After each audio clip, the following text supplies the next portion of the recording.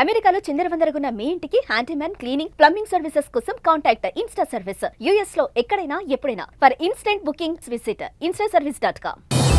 అమెరికాలో మరో విమాన ప్రమాదం. కుప్పకూలిన భారీ కార్గో విమానం. లూయిస్విల్లే ఎయిర్పోర్ట్ సమీపంలో ఘటన.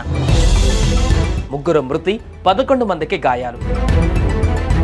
రెక్క నుండి మంటలు చెలరేగడంతో ప్రమాదం.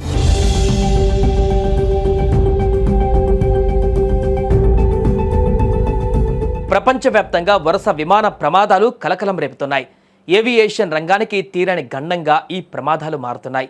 ఎప్పుడూ లేని విధంగా ఈ మధ్యకాలంలో భారీ సంఖ్యలో విమాన ప్రమాదాలు చోటు చేసుకోవడం ప్రయాణికులను ఆందోళన పెడుతున్న అంశం.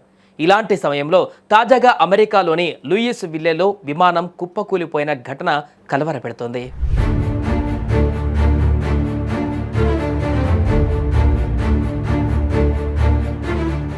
ఈ ఘటనలో 3 మృతి చెందగా 11 మందికి గాయాలయ్యాయి. విమానం కూలిపోగానే మంటలు పెద్ద ఎత్తున వ్యాపించాయి. విమానం లూయిస్విల్లేలోని మొహమ్మద్ అలీ అంతర్జాతీయ విమానాశ్రయం నుంచి హోనోలాలకు వెళ్తుండగా మంగళవారం సాయంత్రం 5:15 ప్రాంతంలో విమానం కూలిపోయింది.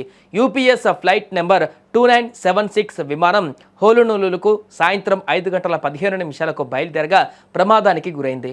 ఈ విషయాన్ని అమెరికా ఫెడరల్ ఏవియేషన్ అడ్మినిస్ట్రేషన్ ధృవీకరించింది.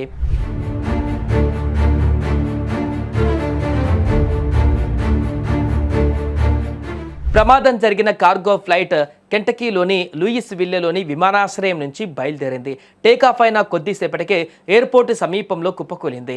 పెద్ద ఎత్తున మంటలు ఎగిసిపడ్డాయి. ఈ ఘటనలో ఇప్పటి వరకు 3 ప్రాణాలు కోల్పోగా 11 మంది గాయపడినట్లు ఫెడరల్ ఏవియేషన్ అడ్మినిస్ట్రేషన్ తెలిపింది. విమానం గాల్లోకి ఎగురుతున్న సమయంలో ఎడమ రెక్కపై ఒక్కసారిగా మంటలు అంటుకున్నాయి. పొగలు కమ్ముకోవడం వీడియోలో కనిపించింది. అంతలోనే కూలిపోయింది. ఈ ఘటనపైన కెంటకీ గవర్నర్ ఆండీ బెషీర్ స్పందించారు. బాధితుల కోసం ప్రార్థిస్తున్నట్లుగా తెలిపారు. ఈ ఘటనలో మృతుల సంఖ్య మరింత పెరిగే అవకాశం ఉందని చెప్పారు. ఈ విమానము మెక్డొనాల్డ్ డగ్లస్ MD-11 రకానికి చెందినదిగా గుర్తించారు. ప్రమాదం పైన దర్యాప్తు జరుగుతుందని వెల్లడించారు. విమానంలో ఎక్కువగా ఇంధనం ఉండడం వల్లే ప్రమాద తీవ్రత ఎక్కువగా ఉన్నట్లు తెలుస్తోంది. దీనికి సంబంధించిన వీడియోలు సోషల్ మీడియాలో ఇప్పుడు వైరల్గా మారాయి.